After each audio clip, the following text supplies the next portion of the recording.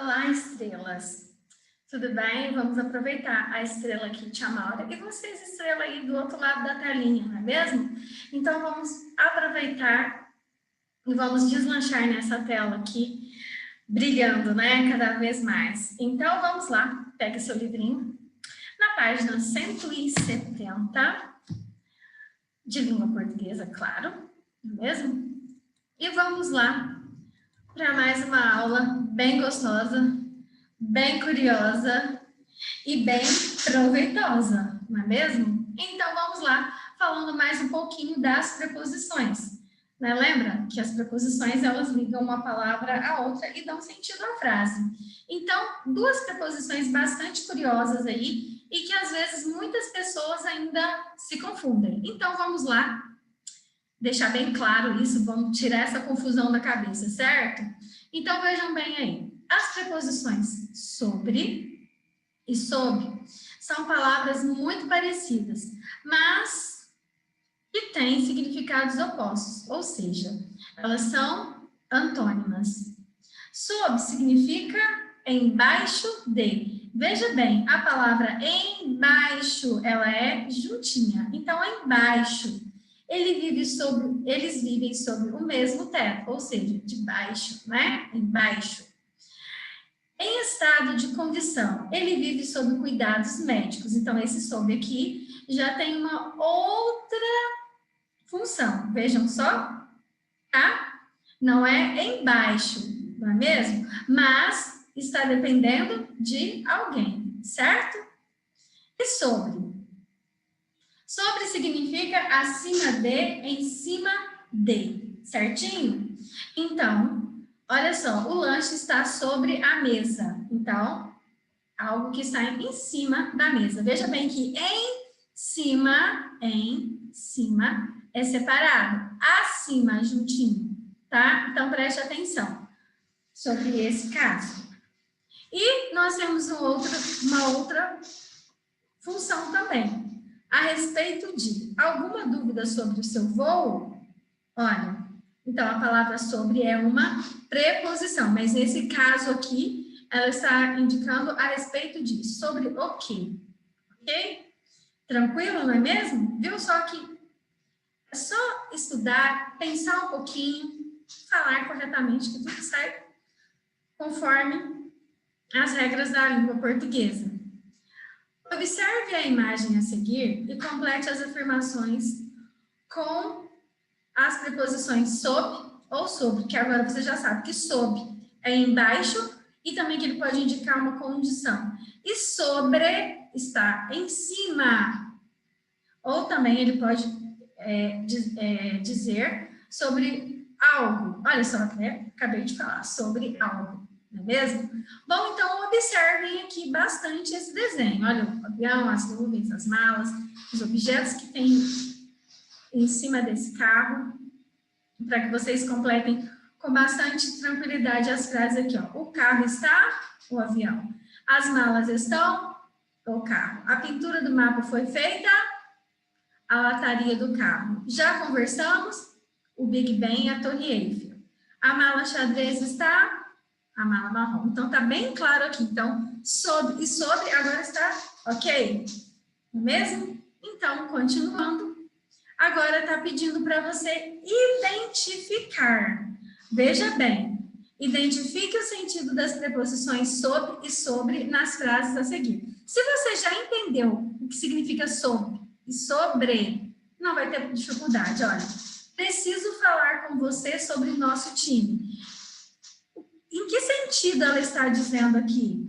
Então, é a respeito de... Basta você colocar isso. A respeito de, né? No caso aqui, é sobre o time.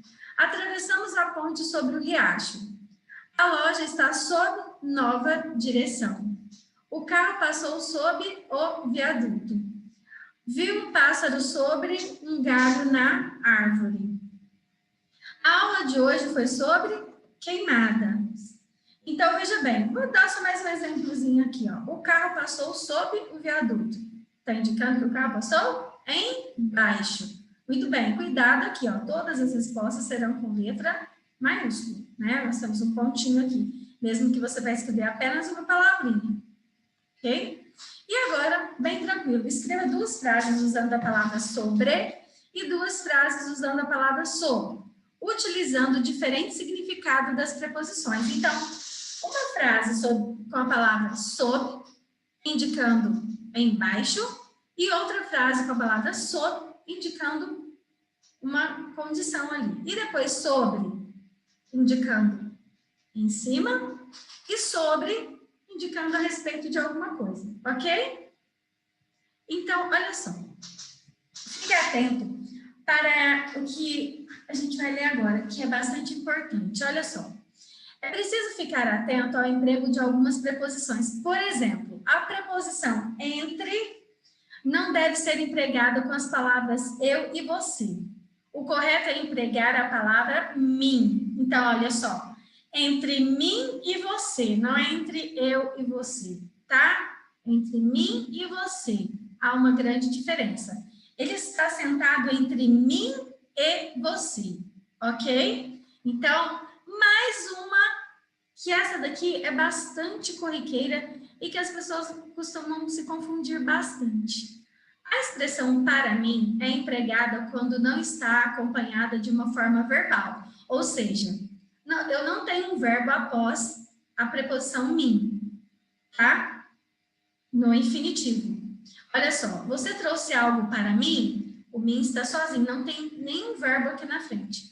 Entretanto, não devemos usá-la se anteceder um verbo. Neste caso, deve-se usar o pronome eu.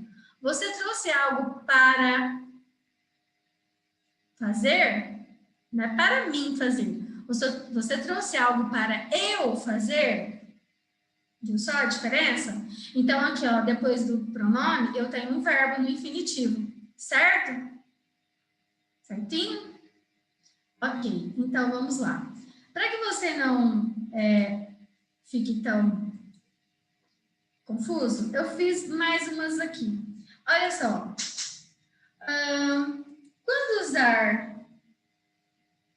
Quando usar eu e mim, vamos ver? Então, vamos lá. Opa, passou mais uma. Quando usar para eu? Preciso de férias para eu descansar. Está certo? Tá vendo aqui o verbo no infinitivo? Preciso de férias para mim descansar? Errado. Faltam 15 dias para eu viajar, certo? Ó, o verbo aqui no infinitivo após o pronome. Faltam 15 dias para mim viajar. Errado. É para eu viajar. Lembra? Dica importante. Para eu deve ser usado sempre que o sujeito for seguido de um verbo no infinitivo que indique uma ação. Então, se você usar o eu sempre após esse eu, que no caso é o sujeito, mas você precisará sempre colocar um verbo no infinitivo. Olha, para eu cantar, para eu brincar, para eu escolher, certo? Quando usar para mim? Olha, você pode comprar ingresso para mim? Tá vendo? Não tem nenhum verbo aqui na frente, a frase acabou. Você pode comprar ingresso para eu? Não tem como, né? Erradíssimo. Aquele convite é para mim, não para você. Certo, olha, é para mim, não para você. Aquele convite é para eu, não para você. Errado, viu só? Dica importante. Mim, que é um pronome pessoal oblíquo e deve estar sempre precedido por uma preposição, só será utilizado quando desempenhar a função de complemento em uma oração. Ou seja, quando você vai complementar algo, tá? Então, veja bem, quando é que você usa o para mim? Quando eu não tenho nada para completar aqui na frente, eu não tenho um verbo, tá? Então, para eu usar, para eu escolher, para eu tentar, certinho? Então, vamos lá. Agora, você não vai precisar colocar cabeçalho novamente, porque você já fez o cabeçalho no seu caderno com a data de hoje, né? Essa é a segunda aula. Então, você vai copiar, olha só, substitua as locuções adverbiais destacadas por um advérbio de modo. Lembra? Locução adverbial, ela vem com 2 palavrinhas. Então, Respondeu a pergunta com calma. Como é que eu vou transformar esse com calma em um advérbio de modo? Então, calmamente. Isso, muito bem. Faz tudo com tranquilidade. Trabalha com alegria. Entrou em casa em silêncio.